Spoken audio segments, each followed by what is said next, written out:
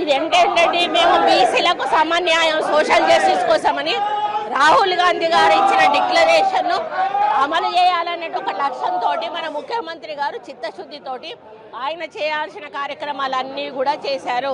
మేము కులగణన చేశాము, అసెంబ్లీలో మనం బిల్లు ప్రవేశపెట్టాము, ఆర్డినెన్స్ తీసుకొచ్చాము, కౌన్సిల్లో పెట్టాము. అన్నీ చేసిన తర్వాతనే ఈరోజు గవర్నర్ దగ్గరికి పంపించాము. గవర్నర్ ఒక సంతకం పెట్టుంటే ప్రాబ్లం ఇక్కడే సాల్వ్ అయ్యేది. కానీ ఆ గవర్నర్ సంతకం పెట్టకుండా కేంద్రానికి పంపించడం ఏదైతే ఉందో అక్కడే బీజేపీ కుట్ర తెలుస్తూ ఉన్నది. అంటే దాన్ని ఆపాలి అనే ఉద్దేశంతో వాళ్ళు కేంద్రం వరకు తీసుకెళ్లారు. సరే చూసాము, ఇప్పుడు వస్తుంది అప్పుడు వస్తుంది నెలల తరబడి పెట్టుకొని వాళ్ళు దాన్ని బయటికి తీయకపోతే, ఇక్కడ లోకల్ బాడీ ఎలక్షన్స్ లేకపోతే గ్రామాలలో అభివృద్ధికి ఇబ్బంది అవుతూ ఉంటే మనకు సుప్రీంకోర్టు గైడ్ లైన్స్ ప్రకారం డైరెక్షన్ ప్రకారము మేము ఎలక్షన్ నోటిఫికేషన్ ఇచ్చి ముందుకు పోతున్న తరుణంలో వీళ్ళు పోయి సుప్రీంకోర్టులో మేము జీవో ఇచ్చి పోతుంటే వీళ్ళు సుప్రీంకోర్టుకు పోయి ఈ జీవో ప్రకారం మీరు ఇవ్వద్దు అని చెప్పి పోట్లాడి జీవోకు అడ్డు పడి ఈరోజు ఇక్కడ హైకోర్టులో డైరెక్షన్ స్టే తీసుకొచ్చారు. మళ్ళీ దీని తర్వాత మేము సుప్రీంకోర్టుకు పోతే అక్కడ వచ్చే వాళ్ళు ఇంప్లీడ్ అయ్యారు. ఎట్లా ఇంప్లీడ్ అవ్వాలి? మీరు బీసీకి ఇవ్వండి అని ఇంప్లీడ్ వాడాలి, ఇవ్వద్దు అని చెప్పి ఇంప్లీడ్ అయ్యి ఈరోజు మళ్ళీ మా వెనకాల పడి తిరుగుతూ ఉన్నారు. మీ చేతిలోనే ప్రభుత్వం ఉంది కదా, మీరు గవర్నర్ దగ్గర నుంచి పోయిన రోజే ఆపి ఉంటే అందరం కలిసి కొట్లాడే వాళ్ళం కదా. మీరన్నీ డ్రామాలు చేస్తూ ఉన్నారు. ప్రజలలోనేమో మేము మద్దతు ఇస్తున్నామని చూపిస్తున్నారు, వెనకాల మీరు చేసేదంతా చేస్తూ ఉన్నారు.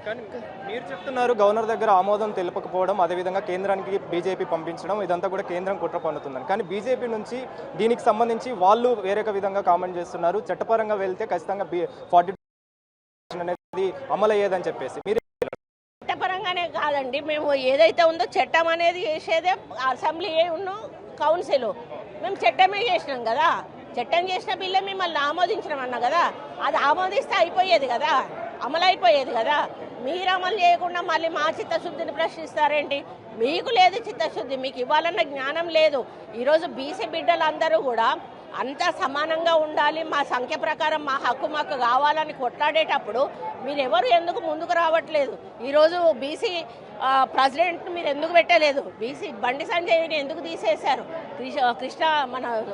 కిషన్ రెడ్డిని ఎందుకు పెట్టారు?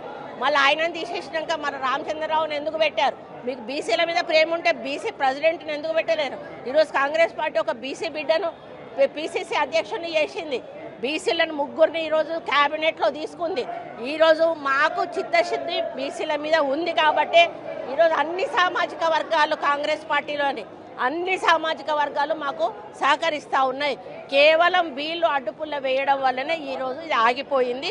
100% దీనికి బాధ్యులు బీజేపీ వాళ్ళు, బీఆర్ఎస్ వాళ్ళు. బీజేపీ మరి ఈ బీసీ బంద్కి మద్దతు పలుకుతూ కూడా వాళ్ళు కూడా బంద్లో పాల్గొంటున్నారు. మరి వాళ్ళ యొక్క వైఖరి ఏముందని చెప్పగలుగుతారు? ఇది ద్వంద్వ వైఖరి అండి, ద్వంద్వ వైఖరి. వాళ్ళు సాధించేది ప్రభుత్వం ఉన్నది, వాళ్ళు పోయి సాధించాలి. వాళ్ళు ధర్నా చేయొద్దు. మేము ధర్నా చేస్తున్నామంటే మేము రాష్ట్ర ప్రభుత్వం మీద ధర్నా చేయడం లేదు, మేము కేంద్ర ప్రభుత్వానికి నిరసనగా ధర్నా చేస్తున్నాం. వాళ్ళు ఎవరి కోసం ధర్నా చేస్తున్నారు? వాళ్ళు రాష్ట్ర ప్రభుత్వం మీద చేస్తున్నారా, కేంద్ర ప్రభుత్వం మీద చేస్తున్నారా?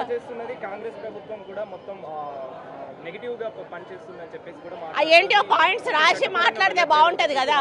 ఒకసారి పాయింట్స్ రాసి, అసలు వాళ్ళు అందరూ లాయర్లు ఉన్నారు, పెద్ద పెద్ద ఎడ్యుకేటెడ్ మెంబర్స్ ఉన్నారు. నేను వాళ్ళంతా కూడా చదువుకోలేదండి. నేను ఒక 5వ సారి నేను ఎమ్మెల్యేను, మినిస్టర్ను. అసలు మనకు రూల్స్ రెగ్యులేషన్స్ ఏంటో మాకు తెలుసు. మరి వాళ్ళకి తెలుసో తెలీదో నాకు తెలియదు. చట్టం అనేది చేసేదే అసెంబ్లీ. ఇంకా మేము అందులో చేసినాక మా దాన్ని ప్రశ్నించాల్సిన అధికారమే వాళ్ళకి లేదు. వాళ్ళు మాట్లాడాలి. తర్వాత మేము చేయాల్సిందంతా 100% చట్టబద్ధంగా చేశాము.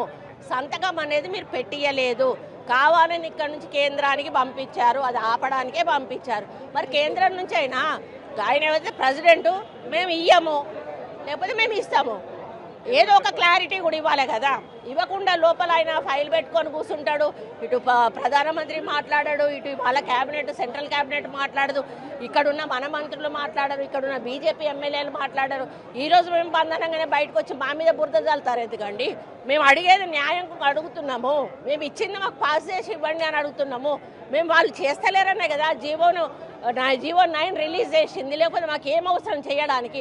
ఈరోజు పోవాలి, లోకల్ బాడీకి పోవాలి అంటే కంపల్సరీ మేము రిజర్వేషన్తో పోవాలి. మీరు ఇస్తలేరు. అందుకని జీవో 9 తీసి మేము పోదామని ప్రయత్నిస్తే దానికి కూడా మీరు అందులో ఇంప్లీడ్ అయిపోయి మీరు ఇవ్వడానికి వీల్లేదంటేనే కదా హైకోర్టులో ఆగిపోయింది, సుప్రీంకోర్టులో ఆగిపోయింది. మళ్ళీ మా చిత్తశుద్ధిని మీరు ఎట్లా ప్రశ్నిస్తారు? 100% ఇక్కడ దొంగలు బీఆర్ఎస్ వాళ్ళు, బీజేపీ వాళ్ళు. బీసీ మహిళగా మీరేం చెప్తారు? అంటే బీసీలకు అన్యాయం జరుగుతుందని చెప్తారు, ఏం చెప్తారు? బీసీలకు అన్యాయం బీజేపీ వల్ల జరుగుతుంది, బీఆర్ఎస్ వల్ల జరుగుతుంది. కాబట్టి బీజేపీ బీఆర్ఎస్ రెస్పాన్సిబిలిటీ తీసుకొని కేంద్ర ప్రభుత్వంతో ఈ జీవో రిలీజ్ చేయాల్సిన బాధ్యత వాళ్ళ మీద ఉంది. చివరిగా హైకోర్టులో స్టే ఇచ్చిన తర్వాత సుప్రీంకోర్టుకి వెళ్ళారు. ఇప్పుడు సుప్రీంకోర్టు కూడా హైకోర్టులోనే తేల్చుకోవాలని చెప్తున్నారు. సో మీ యొక్క కార్యాచరణ రూపకల్పన ఏ విధంగా ఉంటుంది? అంతా కూడా ముఖ్యమంత్రి గారితో చర్చించి కేబినెట్ అందరి బీసీ సంఘాల నాయకుల అభిప్రాయాలు తీసుకొని ముందుకెళ్తాం. అది ఒంటరిగా నేను చెప్పే విషయం కాదు.